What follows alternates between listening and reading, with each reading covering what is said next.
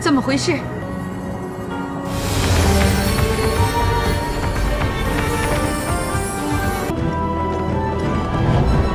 Terlihat sang raja dan pasukan suku es telah menyambut hangat kedatangan Pangeran Kazuo karena keberhasilan misinya melindungi 3 alam dari ambisi dan kejahatan Dewa Yuanji. Disinilah ia sangat bahagia bisa menjadi kebanggaan suku es dan 3 alam, serta sangat bungah bisa melihat kekasihnya hidup dan tersadar kembali. Namun Pangeran Kazuo merasakan akan keganjilan di mana ia tak melihat tanda-tanda akan kebangkitan sang adiknya, Pangeran Yikong. 是怎么了？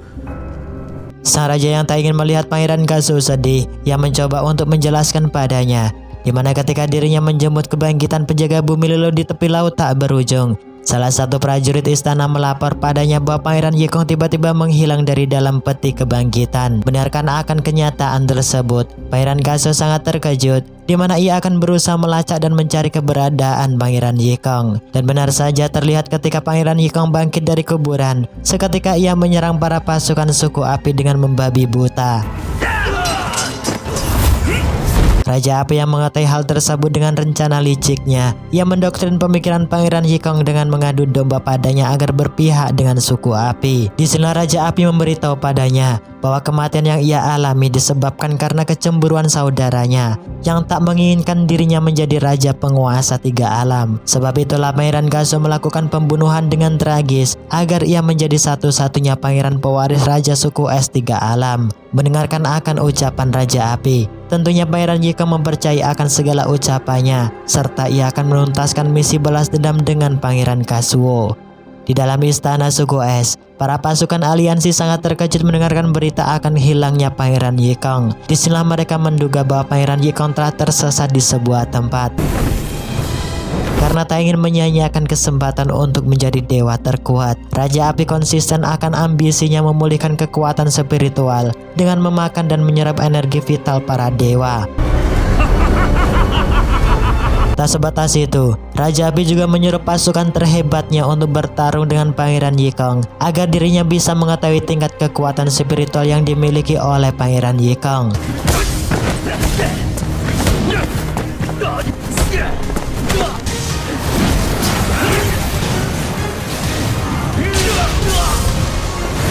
Putri Yanda yang melihat kekuatan spiritual dewa misterius bertopeng emas sangatlah OP.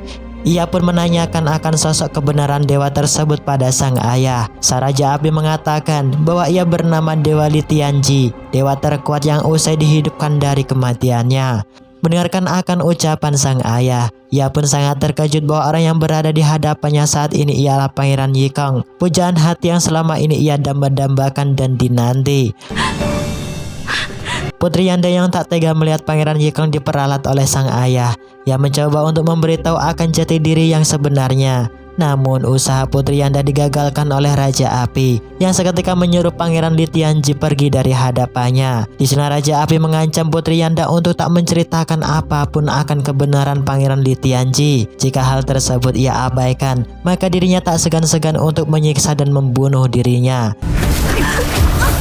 我说他是李天启，他就是李天启，我先杀了他。 Singkat cerita, keesokan harinya, Putri Yanda dikejutkan dengan kedatangan Dewa Linglong dan pasukan, di mana tujuan Dewa Linglong tak lain untuk menyerang suku api agar tunduk dan patuh atas segala perintahnya. Karena Dewa Yuanji telah tewas, Dewa Linglong berambisi dan menganggap dirinya lah satu-satunya dewa terkuat saat ini. Putri Yanda yang mendengarkan akan perkataan Dewa Linglong, tentu sukunya tak akan tunduk dan patuh atas perintah yang ia inginkan, dan lebih memilih untuk bertarung dengannya agar bisa melihat siapa terkuat dan terhebat saat ini. 真是太好了。 不要敬酒不吃吃罚酒。 Namun dengan seketika tongkat Raja Api pun melesat melerai akan pertarungan mereka yang membuat Dewa Linglong terhempas. Karena tak ingin beradu mekanik, Raja Api menawarkan kerjasama dengan Dewa Linglong untuk meneruskan misi Dewa Yuanji membasmi dan melulantakan suku es secara bersama. Dewa Linglong yang mendengarkan akan tawaran tersebut, ia dengan senang hati menerimanya. Namun tidak dengan Putri Yanda, di mana dirinya tak menyukai akan kehadiran Dewa Linglong di dalam sukunya. Disebabkan ia mempunyai cedera ketika berada di dalam istana ilahi tempo lalu. Karena misinya tak ingin gagal, Raja Api berusaha memberi pemahaman pada putrinya bahwa saat ini suku es tak bisa untuk diremehkan, di mana kekuatan Pangeran Kasu bertambah hebat 20 kali lipat dari sebelumnya. Sebab itulah Raja Api membuat strategi matang-matang dengan melibatkan Pangeran Li Tianji untuk menuntaskan misinya membunuh Pangeran Kasuo. Mendengarkan akan namanya, seketika Dewa Linglong meremehkan kemampuan Dewa Li Tianji karena menganggap ia hanya pasukan biasa yang tak lebih dari pasukan suku api yang lain.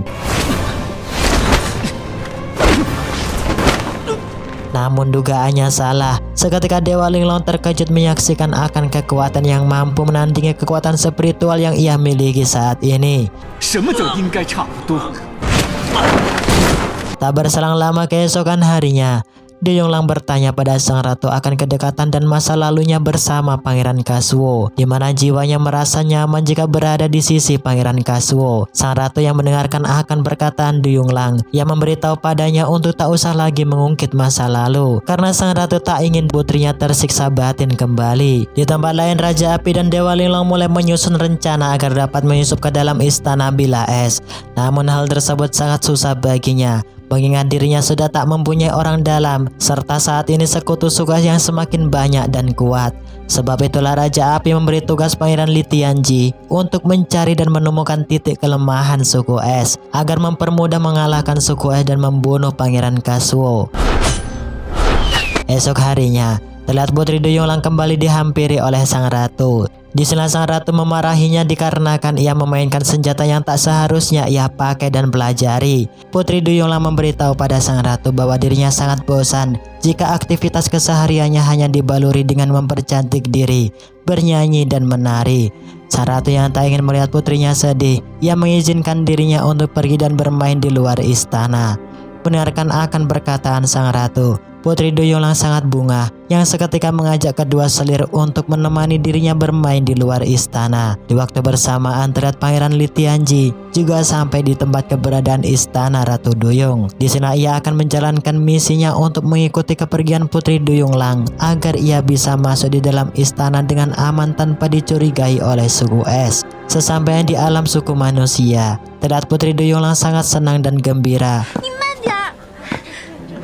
Karena tak ingin kehilangan jejak, Pangeran Li Tianji tetap mengawasi segala gerak-gerik Putri Du Yonglang dari kejauhan, yang tanpa ia sadari dirinya berpapasan dengan Pangeran Kasuo. Sesampainya di dalam hutan, Putri Du Yonglang sangat kagum bisa berjumpa kembali dengan kuda poni miliknya. Disinilah seketika ia ingat akan masa-masa indah nan manis bersama Pangeran Kasuo yang sebelumnya sudah Mimin jelaskan bahwa jiwa Du Yonglang dan penjaga bumi leluhur tertukar. Sebab itulah Putri Du Yonglang mengingat akan masa-masa yang pernah dilalui oleh penjaga bumi leluhur bersama Pangeran Kasuo. Tak berselang lama, Pangeran Kasuo datang menghampiri Du Yonglang yang sedang menyendiri di dalam hutan, di mana ia sangat terkejut akan kedekatan Putri Du Yonglang dengan kuda poni Liluo. Sedangkan di tempat lain, terlihat Pangeran Huang Tua dan Pendekar Luna menyajikan makanan kesukaan penjaga bumi leluhur berupa sambal ulek udang yang enak nan mantap. Namun penjaga bumi leluhur tak menyukai akan makanan tersebut, yang seketika akan membuat dirinya merasakan muntah. Di sana ia mengatakan pada Pangeran Huang Tuo bahwa ia tak pernah menyantap sambal ulek udang semasa hidupnya, yang tentunya penjaga bumi leluhur tak mengingat akan keadaan masa lalu yang ia alami, dikarenakan jiwanya tertukar dengan Putri Du Yonglang. Ketika akan kembali ke dalam istana suku peri, tanpa sengaja Putri Du Yonglang melihat akan kemesraan Pangeran Kasuo dan penjaga bumi leluhur, di mana ia sangat cemburu dan sedih melihat akan kenyataan yang sesungguhnya. Yang tak berselang lama ia pun terjatuh dan pingsan. Melihat akan kesempatan emas, Pangeran Li Tianji membawa Du Yonglang menuju istana suku peri sebagai misi pertamanya agar bisa masuk tanpa dicurigai oleh sang ratu. Dan benar saja di dalam istana, kedua selir meminta maaf dan melapor pada sang ratu bahwa dirinya tak bisa menjaga dan mendampingi Putri Du Yonglang, yang membuat sang putri kehilangan arah untuk kembali di dalam istana. Mendengarkan akan berita tersebut, sang ratu sangat syok dan khawatir akan keselamatan putrinya. Namun di waktu bersamaan, tibalah Pangeran Li Tianji membawa Putri Du Yonglang di hadapan sang ratu dalam keadaan tak berdaya.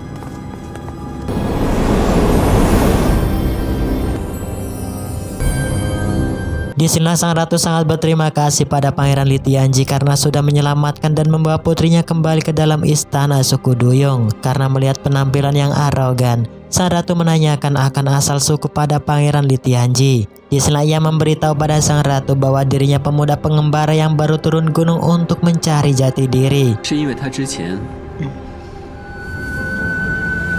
Keesokan harinya, Pangeran Yikong mulai melancarkan misinya agar bisa masuk ke dalam istana suku es. Namun kehadirannya dihadang penjaga Chun karena menaruh curiga. Disinilah penjaga Chun menanyakan akan asal suku padanya untuk memastikan bahwa ia bukanlah musuh suku es. Namun Pangeran Li Tianji tak memberitahu dari mana ia berasal, karena hal tersebut bukanlah urusan bagimu. Ketika akan menyerang, seketika Pangeran Kaso datang menghentikan mereka semua karena tak ingin adanya keributan. Pangeran Kaso dengan nada rendah menanyakan akan asal suku dan nama padanya. Ia mengatakan bahwa dirinya bernama Pangeran Li Tianji. Maksud dan tujuan dirinya datang di dalam istana suku es untuk memberikan sebuah seruling pada Pangeran Kasuo. Pangeran Kasuo yang melihat bahwa seruling tersebut milik Pangeran Yikong. Ia menanyakan akan keberadaan Pangeran Yikong pada Li Tianji karena tak ingin misinya gagal untuk membunuh Pangeran Yikong. Li Tianji berbohong dengan mengatakan bahwa Pangeran Yikong pergi di sebuah tempat untuk mencari keberadaan ibunya. Di sana Pangeran Kasuo mulai berpikir bahwa Pangeran Yikong juga mengalami hal yang sama, yakni hilang akan ingatan masa lalu, sama halnya yang telah dialami oleh Du Yonglang dan penjaga bumi Liluo. Singkat cerita, keesokan harinya, Pangeran Kasuo mengadakan pertemuan akbar di dalam aula istana, di mana Pangeran Kasuo mengadakan sebuah perjanjian dengan suku tiga alam untuk menjaga perdamaian dan ketentraman di masa depan untuk selamanya, yang tentunya suku es tetap menjadi leader di antara suku-suku lain yang berada di tiga alam. 绝不违反堕神域上的戒律。伤人者，如果大家没有意见，我代表人鱼族，我代表守戒使者加盟。我也加盟。我代表鳄鱼族。我代表无针族，我代表夜行，我代表玻璃心。会做到的。 Di hari yang sakral, Pangeran Kasuo akan memberikan sebuah cincin pada kekasihnya, di mana cincin tersebut diyakini mampu mengubah bentuk manusia menjadi dewa. Namun ketika akan memberikan, Pangeran Kasuo kebingungan karena cincin yang ia simpan dan persiapkan tak berada di kantong sakunya. Dengan kekuatan spiritual yang ia miliki saat ini, Pangeran Kasuo bisa melacak akan keberadaan cincin tersebut. Dan benar saja, cincin yang dicari Pangeran Kasuo berada di tangan Putri Du Yonglang. Karena tak ingin mengecewakan sang Raja Tiga Alam, Putri Du Yonglang memberikan cincin tersebut kepada pemiliknya, meskipun perasa dan hatinya serasa disayat-sayat. 米洛，神所以命给命，